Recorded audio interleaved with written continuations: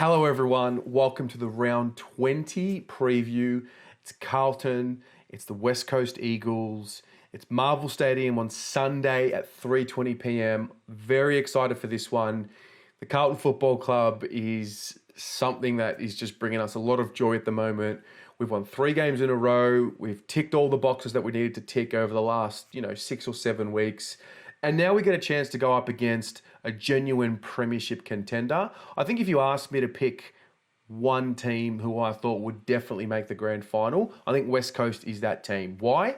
Because I think they'll get the home prelim, and then in a home prelim, I'd be backing them in against pretty much anyone. I understand the Tigers are coming, and the Pies might be good by then, and the Cats are going well as well. But I think West Coast is the one that's just definitely going to be there. They've got that experience. And for us, this is just such a good opportunity for our guys to match it with the best, see where they're at, because this is going to be the template for what we take into our preseason for 2020. That's very exciting. So, West Coast, I had a look at their form. I'm trying to build a case for Carlton this week, and I had a look at West Coast's form on the road this year.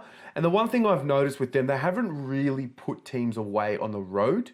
The margins are anywhere between 12 and 22 points.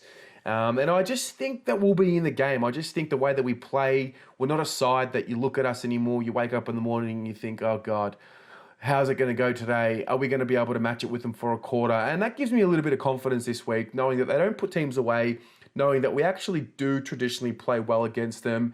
I'll take you back to the last time we did play West Coast.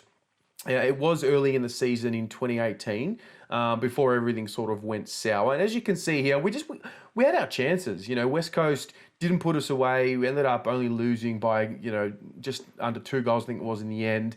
But it was very important for this reason. Harry Mackay was arguably his breakout game. I think he kicked 3 or 4 goals in this game, and he really just looked confident. And as you can see here, he's so skinny. He's already put a lot more size on from this very moment. And I just think, like I said, we're going to be able to have our chances, and we're a competitive unit right now. We're not a team that just gets blown away. West Coast will obviously need to be fine-tuning themselves for the finals, and they're going to want to be gearing up for a top 4 berth. But, if they come out with the attitude of this being a percentage booster for them, well, we could pip them.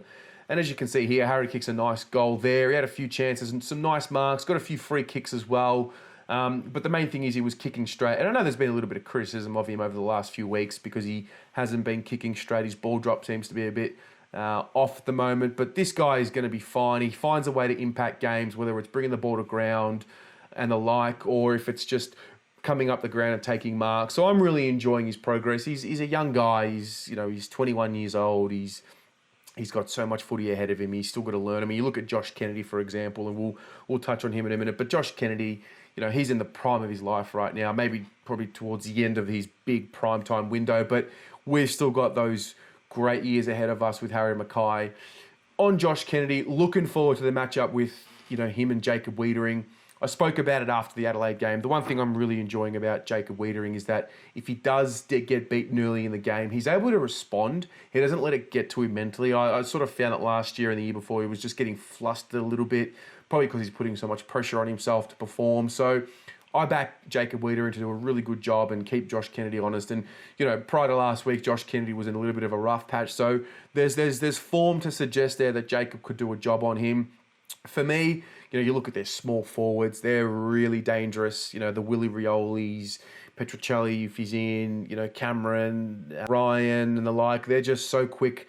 And we don't really have small defenders. We have Plowman, who has had the job on Michael Walters and Charlie Cameron and the like. So I'm just a little bit worried about that. And if we turn the ball over and if we give away stupid free kicks and give them easy goals, they're just going to put us away. So that's what I'm mindful of. But, the matchup in the middle, you've got Paddy Cripps and Elliot Yeo. Let me make this clear. Elliot Yeo is a superstar. Absolute superstar. I think if he was playing for one of the big Victorian teams, he would have such a bigger presence in the footy world and in the footy media. I rate him so highly. Got him in my super coach team. That's probably why I'm watching him most weeks. But yeah, he's a very good player who tackles well. He's a two-way runner. And I would suggest that the two of them go head-to-head. I'm not sure maybe Hutchings will go to Cripps, but we've got to be wary of Elliot Yeo and Luke Shuey, another one, superstar. I think For me, if we can lock the ball into our forward 50 the way that we did last week, we're going to set ourselves up for a win. Because what we've got now, we've got ball winners who are playing in our forward 50. You've got Gibbons, Kennedy, and DeLuca. These guys are ball winners. So the more stoppages that we have in our forward half of the ground, the more opportunities present for these ball winners to play their natural game, win the ball inside 50, set up whatever needs to be set up, and hopefully create some chances for us. In terms of the ins and the outs, I'm not sure yet. I think Fisher will probably come back in. I would suggest Dow comes out just as the teams were announced last week. We don't know where Mitch McGovern is. Cruiser might be ready, but we'll wait till the teams come out. Make sure you're watching tonight because we've got the live special, the live show as teams are announced. So 6 p.m. tonight. I'm excited. Let me know what you think in the comments below. How do you beat the Eagles? Like, if you've been watching them closely, what do you think are some of the key tricks that we can use to beat them, knowing what we have? Because I think we're pretty settled.